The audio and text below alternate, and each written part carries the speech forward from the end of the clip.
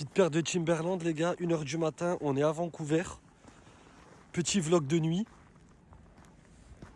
Je tenais à vous montrer Vancouver sous la neige la nuit, malgré les températures.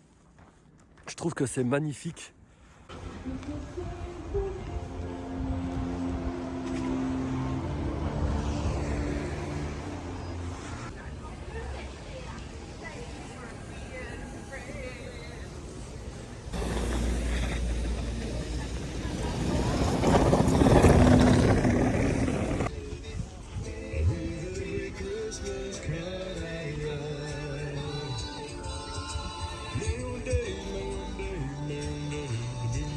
Salut l'équipe, c'est Souf et bienvenue dans cette nouvelle vidéo en extérieur à Vancouver. Il neige, il fait super froid. Je retire tout ce que j'ai dit dans mes vidéos précédentes, j'ai menti. Il fait moins 10 degrés. C'est un truc de malade, mais je me suis dit que ça pouvait être une belle opportunité pour moi de partager avec vous Vancouver sous la neige et par la même occasion de partager un petit peu mes objectifs pour l'année prochaine et de dresser un bilan de ma première année à Vancouver.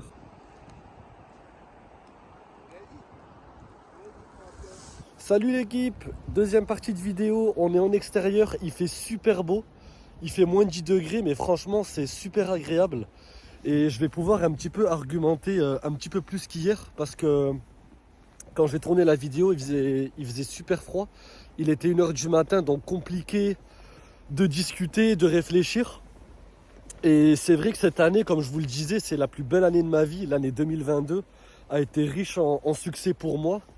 Notamment parce que j'ai réussi cette intégration à Vancouver.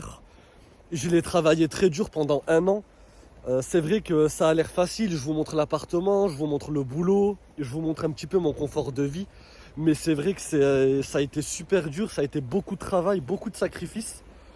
Et c'est vrai que quand je repense à la France, la réalité c'est que j'ai pas le regret d'être parti, mais j'ai quand même le regret que la France ne m'ait pas laissé la chance de rendre tout ce qu'elle m'a donné. Mon éducation, mon métier, mes amis, ma famille, enfin je me suis construit quand même en France et ce serait ingrat de dire que j'ai plus la France en tête, etc.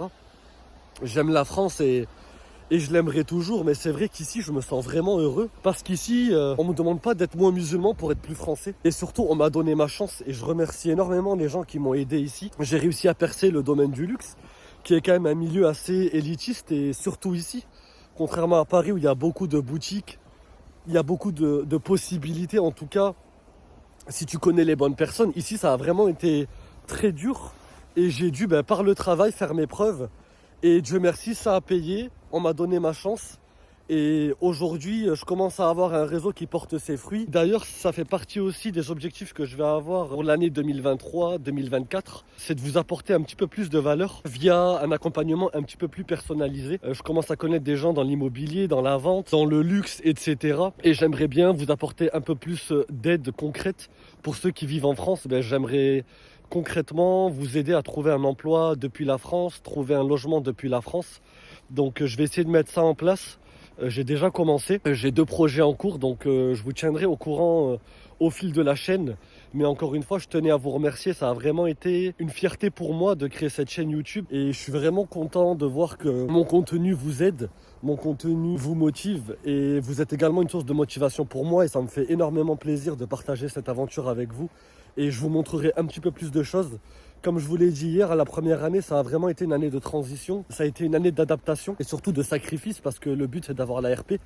Du coup, j'ai tout donné pour le travail. J'ai changé de job, j'étais chez Gucci, j'étais bien. Bon salaire, belle entreprise, grande marque. Mais je suis parti pour avoir ce job qualifié qu'il faut pour avoir la RP. Et je ne le regrette pas.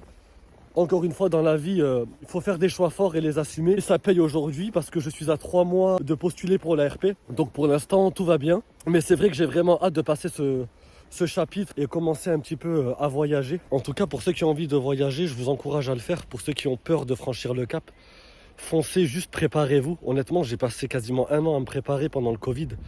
J'avais tout regardé, les quartiers où vivre. Alors après, j'ai eu la chance de trouver un boulot. En tout cas, encore une fois, c'est pas que de la chance. J'ai quand même passé 7 entretiens. Mais la réalité, c'est qu'il faut se préparer. Le Canada n'est pas un Eldorado. Alors oui, il y a de la demande. Oui, ils ont besoin de main d'œuvre. Mais si vous voulez le bon taf, le bel appartement, honnêtement, faut charbonner, faut être prêt à repartir de zéro. Je m'étais préparé mentalement à bosser au McDo, à bosser à Starbucks, etc. Et j'étais vraiment prêt à le faire. Je suis arrivé avec le couteau entre les dents. Et de toute façon, ici, c'est la différence avec la France. On vous donnera votre chance si vous avez envie. On vous donnera la possibilité de grandir dans l'entreprise ou ailleurs et même d'entreprendre. Moi, j'ai un mindset d'entrepreneur. J'ai créé une entreprise en France, je vous en parlerai. J'avais créé ma marque horlogère. Et c'est vrai qu'il y a eu beaucoup de bâtons dans les roues, il y a eu beaucoup de problèmes, ne serait-ce qu'administrativement. Et même en termes de mentalité, en fait, j'ai pas trouvé que la mentalité en France était propice à l'entrepreneuriat. En tout cas, foncez, croyez en vous. C'est aussi un des messages importants que j'avais à faire passer, croyez en vous. Parce que si vous ne croyez pas en vous, il n'y a personne qui va le faire. Ça peut paraître bateau comme ça. Je ne me crois pas au-dessus de tout le monde. En revanche, je me pense plus fort que tout le monde. Chez Gucci, par exemple, on m'a donné des responsabilités auxquelles moi-même je ne me croyais pas. Je ne me croyais pas capable. Et on m'a fait confiance. Et grâce à ce genre de petits détails, tu grandis énormément et t'apprends et tu prends confiance en toi. Partez et vous allez voir que peut-être qu'on ne reconnaît pas votre valeur là où vous vous trouvez actuellement. Mais on la reconnaîtra ailleurs, ça c'est une certitude. Et surtout en France, il faut dire qu'on a aussi une éducation de qualité, honnêtement. On parle français, on a vraiment des belles forces en tant qu'Européens. Faut pas cracher sur la France, attention. Je me sens heureux au Canada, mais je remercie aussi tout ce que la France m'a donné. Mais je pense que le plus important au Canada, c'est qui tu veux devenir. Qu'importe ce que tu as fait avant. J'ai beaucoup travaillé, j'ai beaucoup appris. J'ai pris des cours d'anglais pour être assez bon dans mon domaine. J'ai l'impression qu'ici, les forces s'équilibrent et que j'ai un retour des choses par rapport à tout ce que j'ai pu vivre en France. Donc croyez en vous, foncez, n'hésitez pas à m'envoyer des messages. Je vous kiffe et je vous souhaite le meilleur pour cette fin d'année. Je vous souhaite de belles fêtes en famille, un joyeux Noël et je vous dis à très bientôt. Salut l'équipe.